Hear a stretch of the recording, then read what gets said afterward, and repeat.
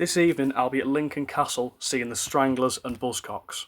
So I thought this would be a good opportunity to speak about an album that I think is absolutely criminally underrated. The Stranglers, La Folie.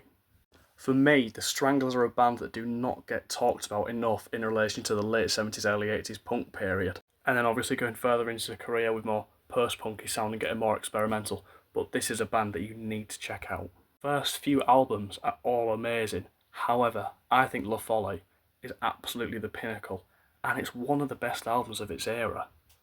Now, the Stranglers have had a little bit of a resurgence recently with a track on this album, Golden Brown. Like all the best songs ever made, it's about heroin. However, you might have seen it recently over some medieval TikTok videos. And with its medieval sounding jangly harpsichord and its eerie folkiness and mystery, I understand how it's become associated with this aesthetic. However, I think it's not the best song on this album. It is a great song, don't get me wrong, but you need to check out the rest of this album. Now, Golden Brown is kind of a standalone song in this album. There's not much that sounds like it. However, all the songs on this album are absolutely in their own lane. The album goes to so many different directions on here. For example, the title track La Folie is a French spoken word, really beautiful piece of music, which is completely different and goes to the other extent of almost bangers like Tramp, which is an absolutely incredible song.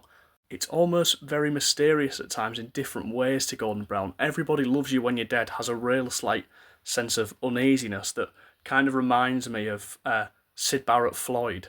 In fact, if I had to describe this album in terms of a sound between two bands, I'd kind of put it in between the Fall and Syd Barrett era Pink Floyd. And it is kind of a bit controversial sometimes to compare a punk band to a prog band. However, there is a lot of experimentation on here, and at times it's very psychedelic. The harmonising on It Only Takes Two to Tango is very Beach Boys. And the percussion on How to Find Happiness in the Present Day, it's just, I've not heard this kind of thing on many other punk records. It kind of reminds, this level of experimentation reminds me of bands like Pink Floyd, the early stuff, specifically Syd Barrett, late Pink Floyd and the Big Four, whatever. It's nothing like that. I'm thinking Piper at the Gates of Dawn era. And for me, an absolute highlight, let me introduce you to the family. The funk drums on this, and just the ferocious and incredible tempo, and the weird kind of echoey backing vocals.